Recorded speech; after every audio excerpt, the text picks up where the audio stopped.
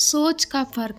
यह कहानी दो दोस्तों की जो अलग अलग शहर से थे और कॉलेज के हॉस्टल के एक ही कमरे में रहते थे। वे दोनों कॉलेज में मिले थे और दोनों में दोस्ती हो गई। दोनों ने कॉलेज की पढ़ाई पूरी की और फिर सरकारी जॉब के लिए कोचिंग करने के लिए दूसरे शहर में चले गए। वहाँ दोनों ने किराए का कमरा लिया और दोनों एक साथ रहकर कोचिंग करने लगे, लेकिन दोनों में से किसी की भी नौकरी नहीं लगी। दोनों दोस्त अपने करियर को लेकर परेशान थे और कुछ दिन बाद वे दोनों अलग अलग शहर में चले गए। अलग अलग शहर में जाकर एक किसी कंपनी में नौकरी करने लगा और दूसरे ने अपना छोटा सा बिजनेस शुरू किया।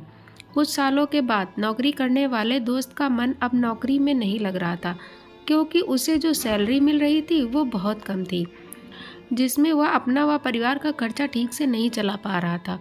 उसने वह नौकरी छोड़ दी और कोई अच्छी नौकरी जिससे उसे और अधिक पैसे मिले, ऐसी नौकरी की तलाश में दूसरे शहर में गया।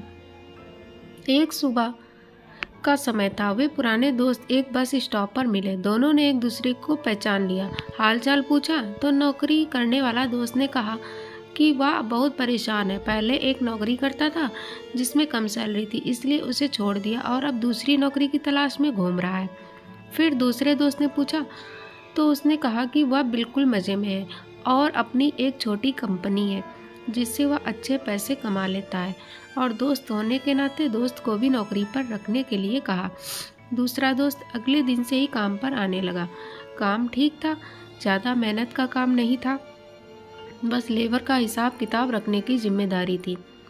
कुछ दिन नौकरी करने के बाद दोस्त ने अपनी कंपनी के मालिक, जो उसका दोस्त था, उससे कहा कि हम दोनों एक ही कॉलेज में पढ़े, पढ़ने में भी एक जैसे ही थे, और आज तुम एक कंपनी के मालिक हो और मैं बस नौकरी ही कर रहा हूँ। ऐसा क्या है जो तुमने इतना बड़ा बिजनेस कर लिया और मैं बस एक नौकर की तरह इधर उधर धक्के खा रहा हूँ।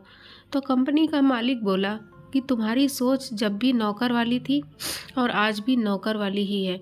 याद है तुम्हें, एक दिन हम दोनों कोचिंग के लिए जा रहे थे। कुछ दूर जाने के बाद याद आया कि हमारे कमरे का पंखा और बल्ब चालू है, तो तुमने कहा था कि रहने दो, किराए का ही तो कमरा है, हमें क्या फ़र्क पड़ता है कि कितनी भी बिजली फूके, पंखा खराब हो या बल्ब, सब मकान मालिक का ही तो है।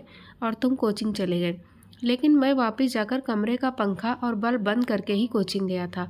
मैं बेशक किराए के कमरे में रहता था, लेकिन मैं हमेशा मालिक की तरह रहता था और आज भी मालिक ही हूँ।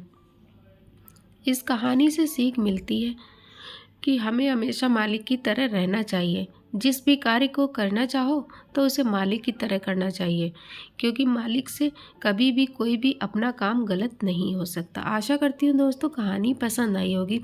कृपया चैनल को सब्सक्राइब करना ना भूलें। जय हिंद।